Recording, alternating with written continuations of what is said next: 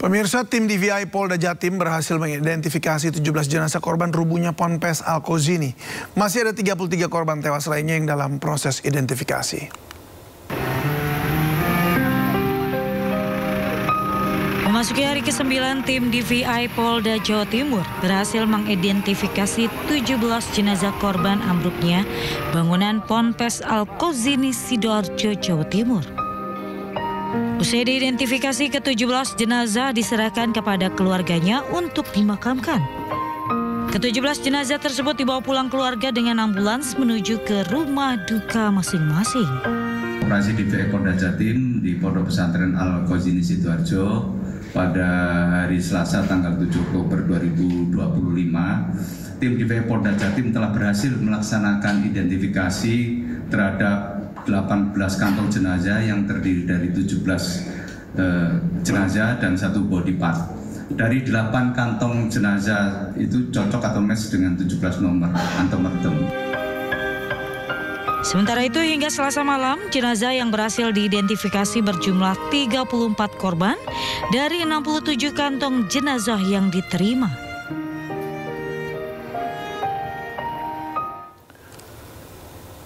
Untuk mengetahui perkembangan terkini identifikasi korban ambruknya Ponpes Al-Kozini, ada rekan Henry Aprila di RS Bayangkara Polda Jatim. Henry, sudah berapa jenazah yang berhasil diidentifikasi hingga sore ini?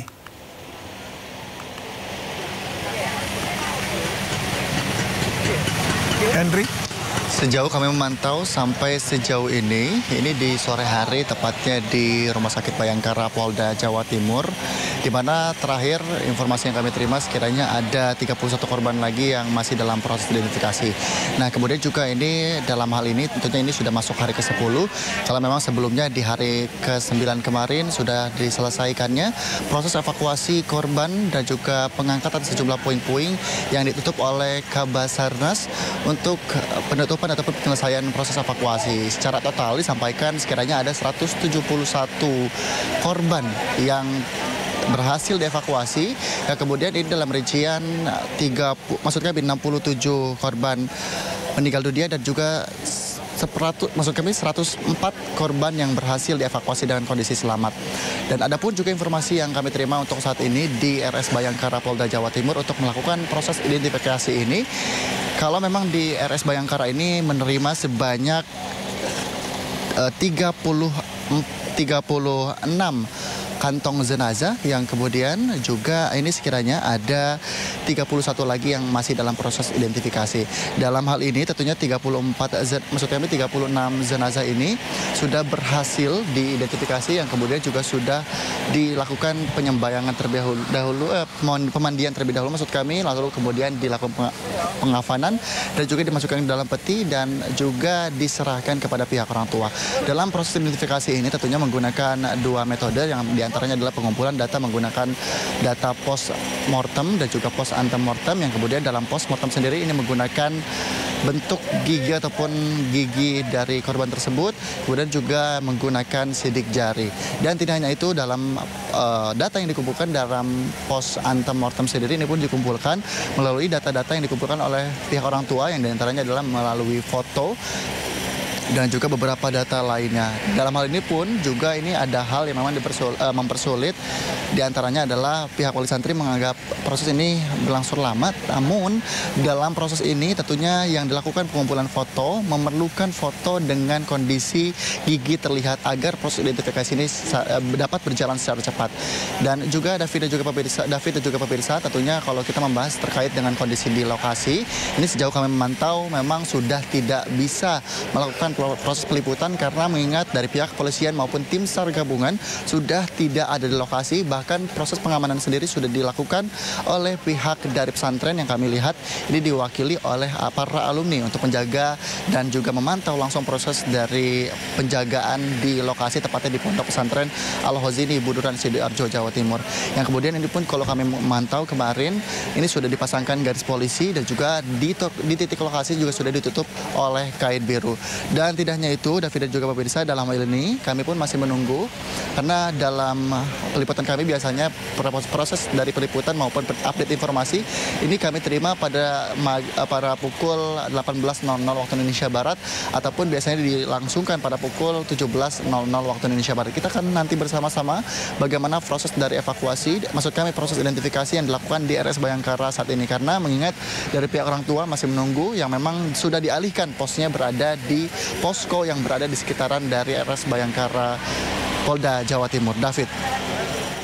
Baik, terima kasih Henry Aprila yang melaporkan langsung dari Sidoarjo, Jawa Timur. Pemirsa, kita masih seputar evakuasi korban yang sudah ditutup kemarin sehari usai berakhirnya operasi pencarian dan evakuasi ambruknya Ponpes Al-Qauzini. Seluruh ruangan di Ponpes kemudian dikosongkan dan seluruh barang santri dikeluarkan dari dalam Ponpes. Sementara sejumlah pengurus santri tidur di dalam tenda yang didirikan di depan Ponpes. Pihak Ponpes memutuskan agar seluruh area Ponpes steril dari penghuni. Sejak Selasa malam, para pengurus pun mengosongkan ruangan mereka dan dikumpulkan di dalam tenda yang didirikan di depan Ponpes. Mereka juga tidur bergantian di dalam tenda tersebut. Untuk menjaga area Ponpes ada tenaga banser yang disiagakan di halaman Ponpes. Sementara itu para santri telah dipulangkan ke rumah masing-masing hingga batas waktu yang belum ditentukan.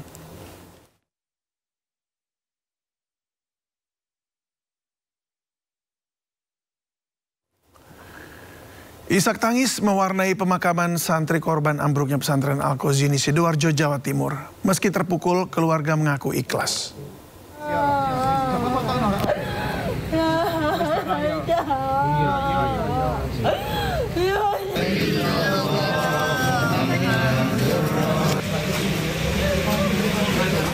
Ibunda santri Daul Milal tidak kuasa menahan tangis saat proses serah terima jenazah putranya usai teridentifikasi.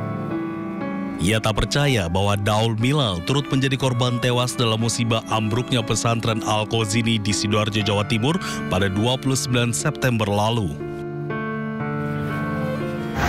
Milal lagi nuntut ilmu, cari ilmu, terus senang dari teman-temannya waktu sholat. Insya Allah syahid. Meski terpukul, keluarga Daul Milal mengaku telah ikhlas dan meyakini putranya meninggal dalam keadaan syahid. Duka juga menyelimuti keluarga Abdul Fattah. Jenazah anak berumur 18 tahun itu dibawa ke kampung halamannya usai diserahkan oleh pihak rumah sakit Bayangkara.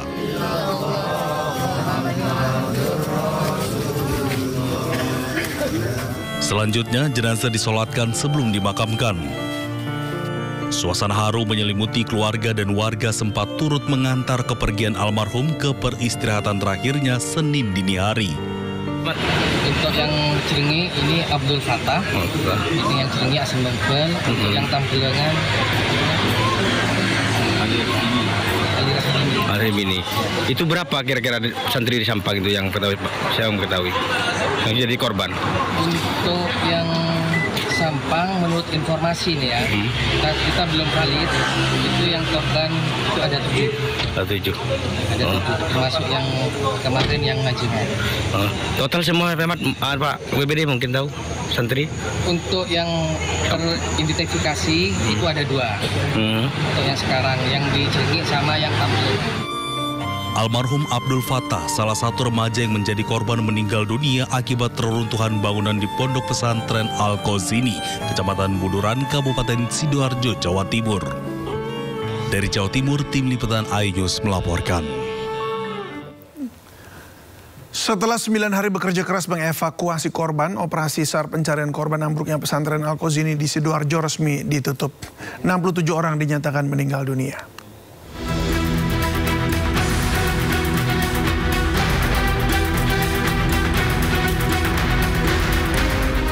Setelah 9 hari bekerja mencari korban ambruknya pesantren Al-Qauzini di Sidoarjo, operasi SAR akhirnya resmi ditutup.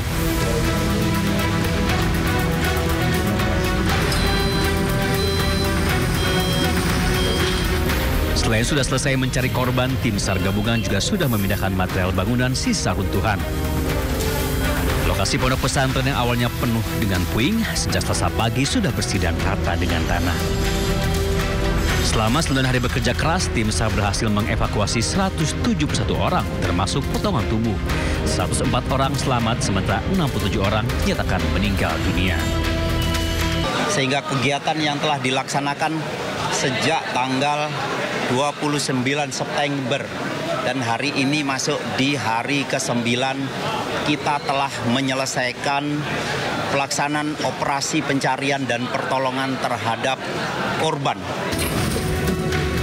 Terkait ambruknya Ponpes Al-Hozini, Menteri Pekerjaan Umum Republik Indonesia Dodi Hanggono akan berkoordinasi dengan pihak terkait untuk melihat izin dari Ponpes tersebut.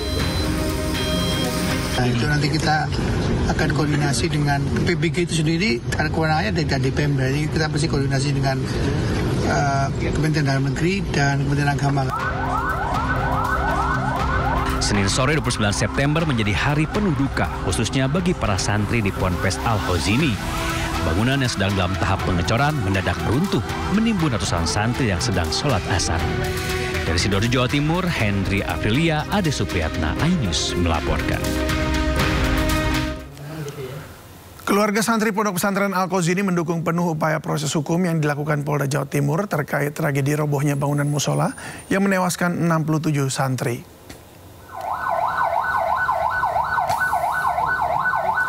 Salah satu wali santri menyatakan proses hukum harus ditegakkan. Ia meminta polisi untuk menegakkan proses hukum meski dirinya tidak langsung mengambil jalur hukum dan menyerahkan semuanya kepada Polda Jawa Timur. Sementara itu, polisi memastikan proses hukum akan dilakukan, namun menunggu semua proses identifikasi jenazah selesai. Hingga saat ini, proses identifikasi jenazah di Polda Jawa Timur terus dilakukan.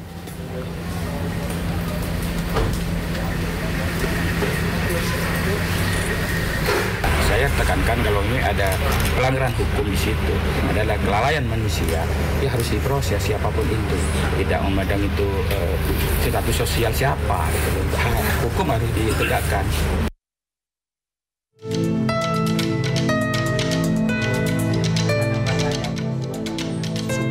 Ada pula keluarga korban yang memutuskan tidak akan melayangkan gugatan hukum terhadap pihak Ponpes.